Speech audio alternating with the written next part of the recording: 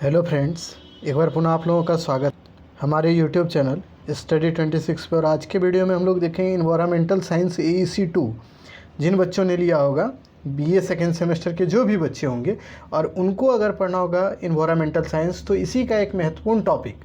देखिए, ऐसा नहीं है कि जो अभी आपको हम पढ़ा रहे हैं उसी के कड़ी में है, बल्कि ये ऐसा है कि आपका यूनिट 7 का ये टॉपिक है, बहुत इंपॉर्टेंट टॉपिक है। यहाँ से क्वेश्चन बनेगा और यहाँ पे कुछ फैक्ट वाली चीज़ें हैं, इस वजह से हमने इस टॉपिक को पहले लिया है। ठीक है, यहाँ पे आप देखिएगा कई एक आपसे ऑब्जेक्टिव क्वेश्चन बनेंगे, इस वजह कर इसको हमने रखा है आपके सिलेबस के अकॉर्डिंग इसको रखा है। आपके सिलेबस में दिखेगा इन्वायरमेंटल मूवमेंट की चर्चा है, यानी कि पर्यावरण से संबंधित आंदोलन की चर्चा है, जैसे चिपको, बिश्नोई, साइलेंट वैली मूवमेंट। ये 3 मूवमेंट के बारे में आपको पढ़ना है।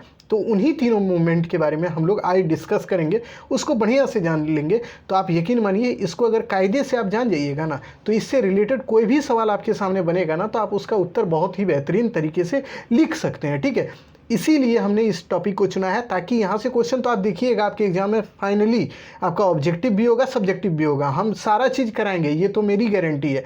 बट हम लोग पहले उस टॉपिक को जल्दी करने का प्रयास अब कर रहे हैं, क्योंकि देखिए हमारी मतलब जो दिक्कत थी हमारे साथ कि हम स्वस्थ नहीं थे, अब स्वस्थ हुए हैं, तो अब जल्दी जल्दी हम लोग कंप्लीट कर देंगे सारी चीज़ों को। ठीक है, तो चलिए आज बिना विलंब के चीज़ों को समझते हैं। BA, BSc, BCom कोई भी सब्जेक्ट के बच्चे होंगे तो उनके लिए ये इंपॉर्टेंट होगा। सेकेंड सेमेस्टर के हैं तो भारत के कोई भी यूनिवर्सिटी से हैं तो आपके सिलेबस में इसको रखा गया है, तो आप पढ़ लीजिए। ठीक है, तो चलिए पहली बात तो देखेंगे इन्वायरमेंटल मूवमेंट क्या वर्तमान समय में ही हुआ या पहले भी चलता था। तो आपको एक चीज़ बताते हैं, प्राचीन काल जो कि हमारा शुरुआत का दौर था ना, उस समय भी इन्वायरमेंट का बहुत ही इंपॉर्टेंट था। आप फर्स्ट सेमेस्टर में जो इतिहास पेपर को लिए होंगे तो वहाँ पे हम लोग बताए थे इन्वायरमेंटल कंजर्वेशन के बारे में, यानी कि पर्यावरण के संरक्षण की बातें की गई थी प्राचीन काल में। ठीक वैसे ही बच्चों, प्राचीन काल से ही ये हमारे विचारधारा थी कि हमें अपने पर्यावरण को संरक्षित रखना चाहिए, इनमें कोई भी दिक्कतें हो तो उसको दूर करना चाहिए। ठीक है, इसको लेकर प्राचीन काल से ही अवेयरनेस लोगों के अंदर थी, और जैसे ही समय का परिवर्तन हुआ और ये अवेयरनेस धीरे धीरे और भी बढ़ती गई। अवेयरनेस का मतलब होता है जागरूकता। ठीक है, जागरूकता लोगों में ज़्यादा बढ़ती गई और यही है इन्वायरमेंटल मूवमेंट। तो सीधी सीधी बातों में अगर कहें, इसका इंट्रोडक्शन जब लिखिएगा, आपसे पूछेगा पर्यावरण आंदोलन क्या है, इसके मतलब बारे में आप बताइए, तो उसमें आप इसका इंट्रोडक्शन जो लिखिएगा वो अब देखिए, आदिकाल से ही मानव पर्यावरण की महत्ता को देखते हुए इसकी पूजा उपासना करता था। ऐसा नहीं है कि मानव इसकी पूजा इसलिए करता था ताकि ये इम्पोर्टेंट था, इसका मतलब ये भी था कि ये लोग जानते थे, प्राचीन काल के लोग को ये पता था कि पर्यावरण हमारे लिए बहुत इम्पोर्टेंट तो है ही, इसके अलावे हमें अगर स्वस्थ ज़्यादा दिनों तक रहना है तो हमारे पर्यावरण को भी अच्छे तरीके से और संरक्षित रखना होगा। ये प्राचीन काल पे ही लोगों को पता था। लेकिन क्या होता है, आज भी हमारे लिए ये बहुत मतलब महत्वपूर्ण चीज़ें हैं, यानी निश्चित रूप से जुड़ा हुआ है। पर्यावरण संरक्षण जो है हमारे जीवन से जुड़ा हुआ है, आज भी इसका इंपॉर्टेंट उतना ही है। आज से लगभग 200 वर्ष पहले की बात बताते हैं आपको, जब अंग्रेज भारत आए ना बच्चों, ब्रिटिश कंपनी जब भारत में इस्टेब्लिश की गई, यानी कि यहाँ पे कंपनी उद्योग धंधे खोले गए अंग्रेजों के द्वारा ना, तो उन्होंने इस बात का ध्यान नहीं दिया कि यहाँ पे पर्यावरण कैसा है, नहीं है, उसके अनुसार हमको करना चाहिए या नहीं करना चाहिए। उन्होंने इस बात पर ध्यान नहीं दिया, उन्होंने बस और बस अपनी कमाई को ध्यान में रखते हुए चीज़ों को करने का कार्य किया। ठीक है, इसी क्रम में उन्होंने क्या किया, यहाँ पे रेलवे को बिछाना शुरू किया। रेल जब बिछना शुरू हुआ ना बच्चों, कई एक जो वन थे ना, यानी जंगल वगैरह थे, उसको कटवा दिया। काहे कि रेल बनाने में जो है लकड़ी का प्रयोग होता था। काहे तो भाई, 2 पटरी आप देखते होंगे, पटरी के बीच में जो लकड़ी डाला जाता है और फिर देखिएगा उसमें गिट्टी या ये सारी चीज़ों को भरा जाता है। ठीक है, इसलिए अंग्रेजों ने हमारे वनों को पूरा कटवाया। ठीक है, इस वजह से हमारा पर्यावरण प्रदूषित होने लगा। ठीक है, लगभग ये 200 वर्ष पहले की बात बता रहे हैं। फिर क्या हुआ, अंग्रेजों ने यहाँ पे उद्योग धंधे लगवाए। उद्योग से निकलने वाला जो कल कूड़ा, यानी कि इसको कहते हैं क्या, कचरा वगैरह जो निकलता था, उसको नदियों में ये लोग प्रवाहित कर देते थे, और आज भी यही होता है कि नदियों में इसको बहा दिया जाता है। तो इससे क्या हुआ, नदी भी प्रदूषित होने लगा। ठीक वैसे ही देखिए, बहुत उद्योग धंधा लगेगा तो उससे धुआं वगैरह निकलेगा, तो उससे क्या होगा, वायु भी प्रदूषित होगा। तो ये व्यवस्थाएं चलने लगी अंग्रेजों के आने के बाद। ठीक है, चूँकि उन्होंने ही तो यहाँ पे कंपनी लगाना शुरू किया और कल पुर्जों का यूज करना शुरू किया, यानी इंजन वाले जो है मशीन का यूज करना प्रारंभ किया। फिर देखिएगा आप, इसी क्रम में इन्होंने रेलगाड़ी को चलाना शुरू किया। तो इन वजहों से हमारा पर्यावरण जो है प्रदूषित होने लगा। लेकिन अब देखिए उस समय क्या होता था, उस समय भी कई एक मूवमेंट हुए लेकिन वो नीचे तौर पे होते थे, यानी कि बहुत ही धीमी गति से होते थे। लेकिन वर्तमान समय में आप देखिएगा जो भी मूवमेंट हुआ ना, जो भी बिश्नोई हो या फिर चिपको आंदोलन हो, जो भी मूवमेंट हुआ, तो ये इसीलिए हुआ ना कि पर्यावरण को संरक्षित रखने के लिए लोगों ने किया। ठीक है, इस बात को ध्यान में रखिएगा। अब इसको हम पढ़ देते हैं, समझिए। आज से लगभग 200 वर्ष पहले भारत में जब विकास की क्रिया प्रारंभ हुई, यानी कि भारत में औद्योगिकीकरण का प्रोसेस शुरू हुआ, तब हमारी वायु, नदियाँ, मृदा सभी प्रभावित हो गई इससे, यानी पॉल्यूट होने लगी ये सभी चीज़ें। ठीक है, जिसके कारण मानव जनजीवन में कई तरह के परिवर्तन होने लगे।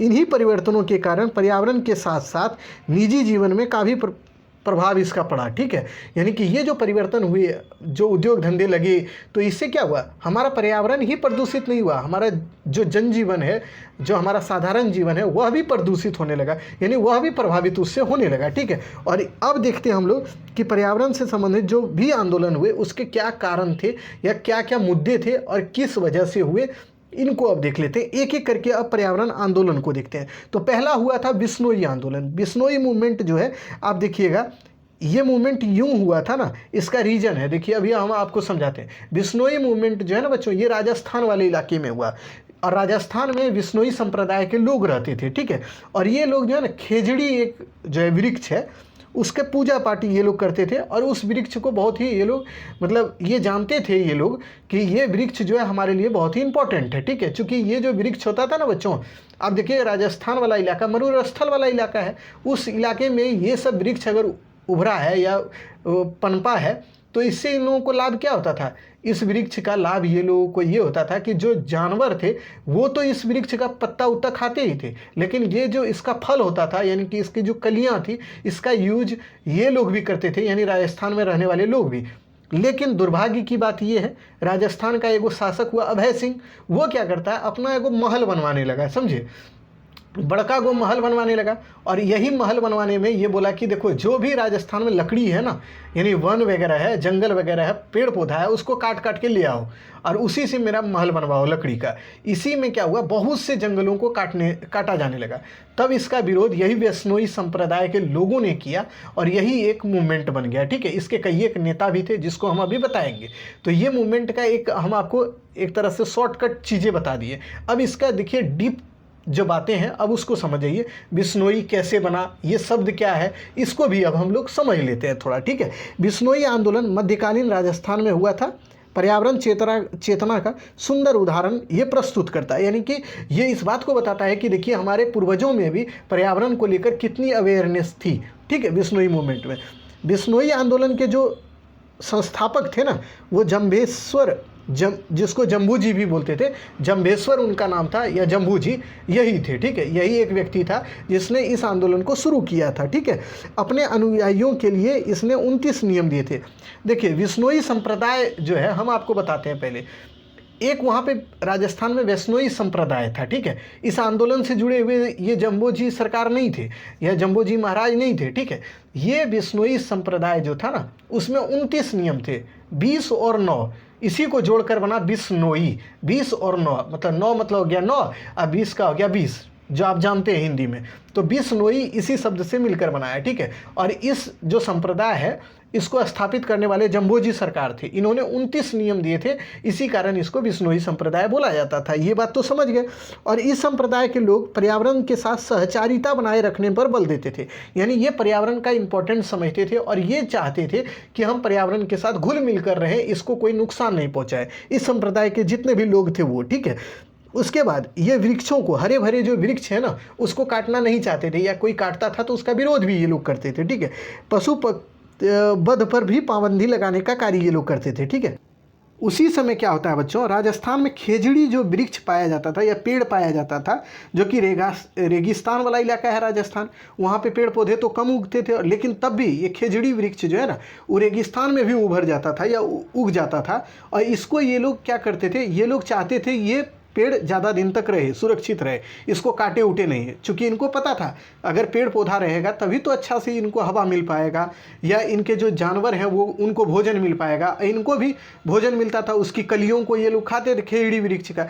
लेकिन क्या हुआ, उसी समय आप देखिएगा कि एक घटना ये घटित होती है कि एक राजा है अभय सिंह, जो कि हमने पहले भी बताया, अभय सिंह, जिसने 1730 ईस्वी में एक महल बनवाने का निर्णय लिया और इसी महल के निर्माण के लिए ना बच्चों ये पेड़ पौधा को कटवाने लगा, ठीक है।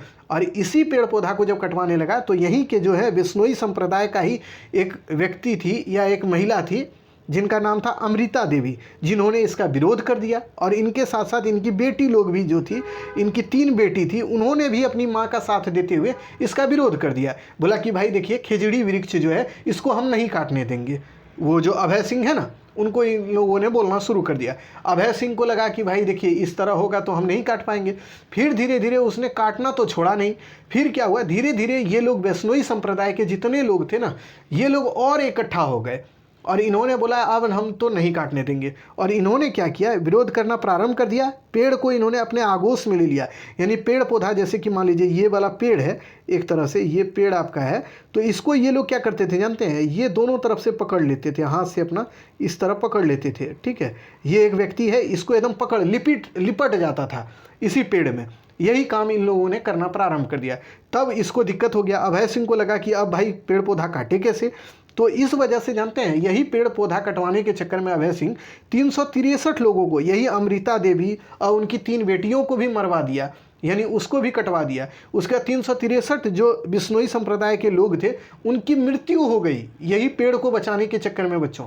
और अंत में ये हुआ कि अभय सिंह को अपना निर्णय बदलना पड़ा और उसने ये तय किया कि अब हमको पेड़ पौधा नहीं कटवाना होगा, क्योंकि वो अगर पेड़ पौधा और कटवाता तो अब उसके साथ भी क्या होता है, ये लोग जो बिश्नोई संप्रदाय के लोग थे ये झगड़ा उड़क करना शुरू कर देते, ठीक है। इसीलिए इसने बचने के लिए पेड़ पौधा कटवाना छोड़ दिया और इस तरह यह मूवमेंट खत्म हो गया। तो सीधा मतलब ये जानिए बिश्नोई संप्रदाय के लोग जो थे वो राजस्थान में थे, इन्होंने ही खेजड़ी वृक्ष को बचाने के लिए इस मूवमेंट को किया था। कब शुरू किया, तो 1730 में। इसमें बोलेगा आपका नेता कौन था, तो बोलिएगा अमृता देवी और उनकी बेटियां लोग जो थी वो लोग इसमें महत्वपूर्ण भूमिका निभाई थी इस मूवमेंट में, ठीक है। और उस समय राजा कौन था वहाँ बिश्नोई संप्रदाय का, जब मूवमेंट चल रहा था तब, तो अभय सिंह था जो कि वही पेड़ पौधा कटवा रहा था, ठीक है। तो इतना याद रखिएगा बिश्नोई संप्रदाय से रिलेटेड। देखिए फैक्ट याद रखना है, डेट याद रखना है, डेट 1730 है, ठीक है। इस बात को ध्यान में रखिएगा, एकदम गांठ मान लीजिए, इतनी चीज़ें याद रखिएगा, तभी चीज़ों को लिखिएगा, बातों को आगे पीछे करिएगा तो बन जाएगा बात, ठीक है। चीज़ें हम बता दिए, स्क्रीनशॉट लेना है तो ले लीजिए, नहीं भी लेना है तो आपका PDF इसका हम डाल देंगे आपके टेलीग्राम चैनल पे। टेलीग्राम को ज्वाइन नहीं किए तो कर लीजिए, या नहीं तो आप टेलीग्राम पे जाइए, स्टडी 26 हिमांशु सर आप सर्च कीजिए, वहाँ पे हमारा चैनल आ जाएगा, उसको सब्सक्राइब कर लीजिएगा, वहीं पे हम PDF डालते हैं, ठीक है। तो वहीं से आप इसको ले सकते हैं, ठीक है। डिस्क्रिप्शन में भी लिंक है, अगर डिस्क्रिप्शन में आपको नहीं मिले तो आप टेलीग्राम पे ही सर्च कीजिएगा। अपना चैनल तो आप जान ही रहे हैं और मेरा नाम हिमांशु है, तो हिमांशु सर मार दीजिएगा चैनल का नाम डाल के, बस आपको मिल जाएगा, ठीक। आ जाइए अब दूसरा मूवमेंट जो है अब उसको देख लेते हैं, इससे रिलेटेड कौन और मूवमेंट थे। अब देखिए दूसरा मूवमेंट है चिपको मूवमेंट। चिपको आंदोलन का मतलब समझ ही रहे होंगे, चिपको मतलब चिपक जाना, यानी कि ये मूवमेंट जो शुरू हुआ था ना बच्चों, पेड़ पौधा जो काटा जा रहा था उत्तराखंड, जो कि उस समय जो होता था ना, जब भारत जो है उस समय आज़ाद हुआ, उसके बाद जो उत्तराखंड जो है ना पार्ट था पहले किसका जानते हैं, उत्तर प्रदेश का, ठीक है। उत्तराखंड उत्तर प्रदेश का ही भाग था और वहीं पे ये मूवमेंट शुरू हुआ था। तो ये मूवमेंट इसलिए शुरू हुआ ना बच्चों, वहाँ पे क्या हुआ कि वहाँ पे ठेकेदारों के द्वारा वहाँ की लकड़ियों को, यानी कि आप यूँ कहें तो जंगलों को काटा जा रहा था, ठीक है। और जंगलों को काटने के लिए जब ये कार्य प्रारंभ हुआ तो वहाँ के लोगों ने विरोध करना प्रारंभ किया। बोला कि देखिए आप अगर जंगलों को काटिएगा तो हम लोग जाएंगे कहाँ आखिर। अगर देखिए जंगल आज भी बच्चों हमारे अगल बगल से गायब हो जाए या समाप्त हो जाए तो आप इतना जान लीजिए ना बच्चों, हम लोग का जीना दुर्भर हो जाएगा, क्योंकि हमको ना तो स्वच्छ वायु मिल पाएगा, ना ही हमारे पास ज़्यादा वर्षा हो पाएगी और ना ही हम लोग अच्छे से श्वास ले पाएंगे, तो हम लोग मरेंगे ही। तो ठीक वैसे ही इन लोगों ने भी जंगलों को काटने से बचाने के लिए इन लोगों ने क्या किया, ये जो मान लीजिए वृक्ष है वही काम किया, इन्होंने भी वृक्ष को अपने आगोश में ले लिया। यानी एक आदमी है जो कि इस तरह है, इसने अपने दोनों हाथ से इस वृक्ष को पकड़ लिया, बोला कि देखो इस वृक्ष को तभी तुम काट सकते हो जब तुम हमको काटोगे। यानी कि जो वहाँ के लोग थे उत्तराखंड के, उन्होंने डायरेक्ट बोल दिया वहाँ के ठेकेदारों को कि अगर वृक्ष को काटना है तो पहले हमको काटो, फिर ये वृक्ष को काट लेना। तो इसी वजह से ये मूवमेंट शुरू हुआ। इसमें आप जानते होंगे चिपको आंदोलन के प्रणेता के नाम से जाने जाते हैं सुंदरलाल बहुगुणा, उनका नाम तो आप जानते होंगे, लेकिन अभी आपको हम कई एक नाम बताएंगे, 5-6 नाम बताएंगे जिसको याद रखिएगा। एक गो सुंदरलाल बहुगुणा नहीं थे बच्चों, इसमें और भी नेता थे जिनका नाम हम बता देंगे अभी, ठीक है। तो चलिए बिना विलंब किए चीज़ों को समझ लेते हैं अब। तो देखिए चिपको आंदोलन जो है ना, मूल रूप से वनों की सुरक्षा को लेकर 26 मार्च 1973 को उत्तराखंड के चमोली जिले के रेनी गांव से शुरू हुआ था। जितना नाम बता रहे हैं उसको याद रखिएगा। ये चिपको आंदोलन बोलेगा कहाँ शुरू हुआ, तो बोलिएगा उत्तराखंड के चमोली जिले के रेनी गांव। रेन मतलब होता है ना बारिश, वही उसी तरह याद रखिएगा, रेनी गांव में ये आंदोलन शुरू हुआ। और कब शुरू हुआ, तो 26 मार्च 1973 को। ये डेट याद रखना होगा आपको, एकदम एग्जैक्ट डेट है, इसको याद कर लीजिए, ठीक है। ये आंदोलन शुरू हुआ था। ये आंदोलन जो है ना क्यों शुरू हुआ, तो अब इसको देखिए। इस क्षेत्र में 1970 के दशक में जब वन विभाग के ठेकेदारों द्वारा वनों की कटाई शुरू कर दी गई। देखिए जो उत्तराखंड वाला इलाका है ना, उसी क्षेत्र में वन विभाग जो है भारत सरकार का, इसके ठेकेदार द्वारा क्या हुआ कि इस क्षेत्र में जो वनों की कटाई करना प्रारंभ कर दिया गया, जिसके कारण यहाँ के लोगों ने इसका विरोध किया। 26 मार्च 1973 को यह आंदोलन शुरू हो गया। इसको आंदोलन को शुरू कौन किए, तो देखिए यहाँ पे नाम है कुछ, उसको हम गोल कर देते हैं, उसको याद रखना है। ये नाम को चंडी प्रसाद भट्ट के द्वारा शुरू किया गया। उसके बाद इस आंदोलन में गोरी देवी, आपसे बोलेगा अमृता देवी किससे रिलेटेड थी, तो वो थी विश्नोई आंदोलन से। गोरी देवी किससे थी, तो गोरी देवी किससे थी बच्चों, तो चिपको आंदोलन से। ये याद रखिएगा नाम बच्चों, ठीक है। सुंदरलाल बहुगुणा, उसके बाद देखिए चंडी प्रसाद भट्ट, गोरी देवी, सुंदरलाल बहुगुणा, उसके बाद देखिए गोविंद सिंह रावत, उसके बाद देखिए शमशेर सिंह, घनश्याम पटोरी, ये सब लोग थे इस आंदोलन के प्रमुख नेता, ठीक है। इन्होंने ही इस आंदोलन को शुरू किया। और इस आंदोलन में सबसे बड़ी बात ये थी ना कि ये लोग क्या करते थे, पेड़ों की कटाई से रोकने का कार्य करते थे। यानी कोई व्यक्ति या ठेकेदार पेड़ की कटाई करना चाहता था तो ये लोग बोलते थे देखिए पेड़ को काटना है तो पहले हमको काटिए फिर पेड़ को काटिएगा। ये लोग पेड़ को ही पकड़कर खड़ा हो जाते थे, ठीक है। तो इसीलिए ये आंदोलन शुरू हुआ। और इसमें जानते हैं केवल पुरुष ही नहीं, महिलाओं ने भी बढ़ चढ़कर हिस्सा लिया। उसमें एगो गोरी देवी का नाम तो हम बता ही दिए, इसके अलावे भी बहुत महिलाएं थी, ठीक है, जिन्होंने बढ़ चढ़कर हिस्सा लिया। महिलाओं ने अपने पेड़ को पकड़कर चारों तरफ से, और ये लोग खड़ी हो जाती थी और बोलती थी पेड़ काटना है तो पहले हमको काटिए फिर पेड़ को काटिएगा, यही ये लोग करती थी, ठीक है। देखिए कितना अवेयरनेस था उस समय। उसके बाद देखिए 9 मार्च 1974 को जब इस तरह आंदोलन शुरू हो गया ना, तब देखिए उत्तराखंड जो उत्तर प्रदेश में था उस समय, वहाँ की सरकार भी चाहती थी कि ये जो है ना ये आंदोलन नहीं हो, ठीक है।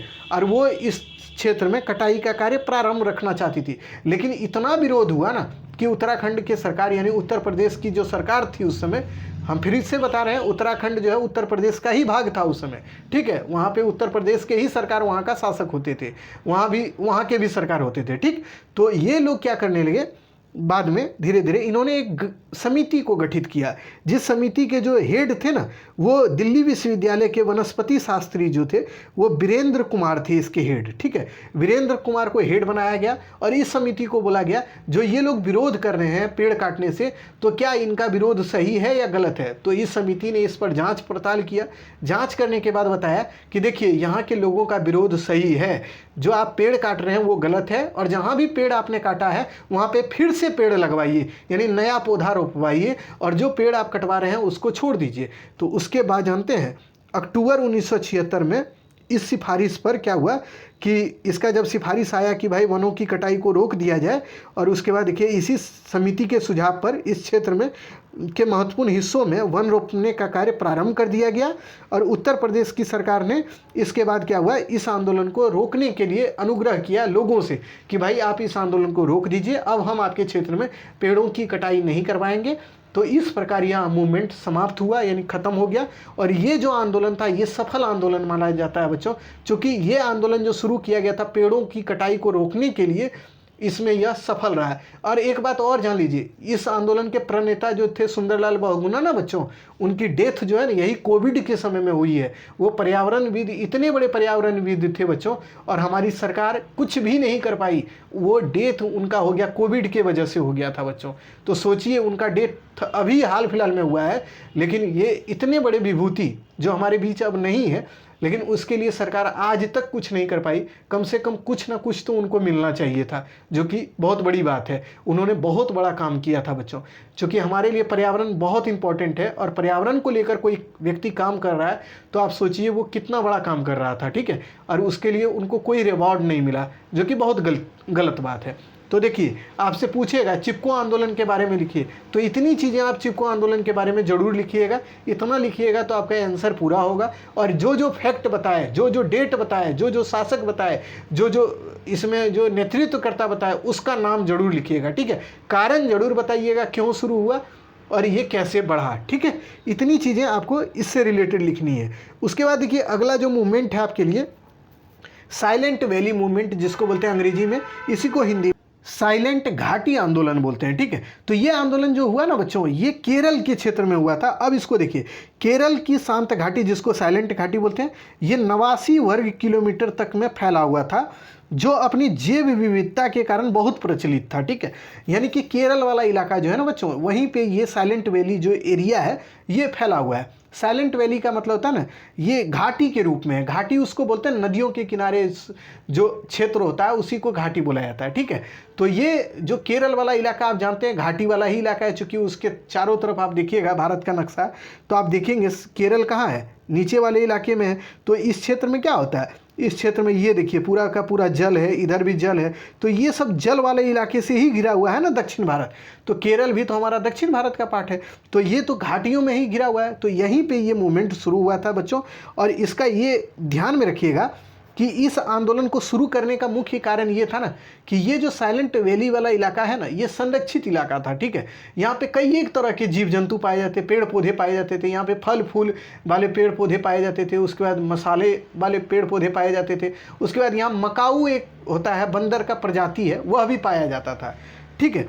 लेकिन बाद में क्या हुआ, मतलब ये सब तो पाए जाते थे, ये बात तो आप जानते हैं, इसका बैकग्राउंड आपको बता दिए। लेकिन क्या हुआ, सरकार ने 1980 में केरल सरकार के द्वारा जो है ना, एक वहाँ पे है नदी, कौन जानते हैं, कुंती पुंछ नदी, ठीक है। कुंती पुंछ नदी जो है उस पर कुदेरमुख परियोजना शुरू करने का निर्णय लिया गया। ये कुदेरमुख परियोजना ये है बच्चों, ये बिजली उत्पादन को लेकर ये परियोजना था। कुंती पुंछ नदी जो है ना, इसी पर एगो बांध बनाना था, समझे। अब बांध बनाकर वहाँ पे बिजली निर्मित करना था। बांध जो बनाया जाता है ना बच्चों, ये मान लीजिए ये नदी है आपका, नदी के जस्ट इसी मुहाने पर एक बांध बना दिया जाता है, और बांध के ही मुहाने पर यहाँ पे देखिएगा इस तरह से एक बना दिया जाता है। वहाँ पे एक तरह से मोटर लगा दिया जाता है, जिससे ये पानी जितनी वेग में, यानी जितनी स्पीड में जाके ये बांध में गिरती थी ना, उसी से यहाँ पे क्या होता था, नदी से जो है बिजली जनरेट होता था, यानी बिजली बनता था। तो ठीक है, तो ये सरकार चाहती थी यहाँ पे करने के लिए। और इससे क्या होता ना, इस क्षेत्र में जितने भी बायोडाइवर्सिटी यानी कि जो विभिन्न प्रकार के जीव जंतु पाए जाते थे ना, उनको वहाँ से भागना पड़ता था, यानी भागना पड़ता, उस जगह को खाली करना होता। क्योंकि अगर मान लीजिए वहाँ पे बिजली उत्पादन होगा तो जो जीव जंतु है वहाँ पे रह पाएगा नहीं ना, उसको तो साफ करा दिया जाता। ठीक है, इसीलिए यहाँ के लोगों ने क्या किया, विद्रोह कर दिया, यानी आंदोलन शुरू कर दिया। उन्होंने बोला कि देखिए साइलेंट वैली जो इलाका है, उस इलाके में आप कोई भी काम नहीं कीजिए, बिजली उत्पादन का काम नहीं कीजिए। अगर ऐसा करिएगा तो हम लोग मूवमेंट करेंगे। और इन्होंने मूवमेंट शुरू भी कर दिया। ठीक है, उसमें एक जो है हम आपको बताते, कवित्री का नाम याद रखिएगा। सुगाथा कुमारी नाम की एक कवित्री थी, यानी कि पोएट्री थी, पोएट्स करती थी वो, पोएट्री लिखती थी वो कवित्री, सुगाथा कुमारी। ठीक है, इन्होंने कई एक गीत इस पे लिख दिए कि भाई देखिए हमारे यहाँ जो साइलेंट वैली है, इस क्षेत्र में गलत कार्य सरकार कर रही है, ये नहीं होना चाहिए। इस पर बहुत से आर्टिकल इन्होंने लिख दिया, जिसके बाद क्या हुआ, ये मूवमेंट धीरे धीरे बहुत ज़्यादा फैल गया। फैलने के बाद क्या हुआ, सरकार को भी लगा कि भाई अब इस मूवमेंट को काबू पाना मुश्किल है।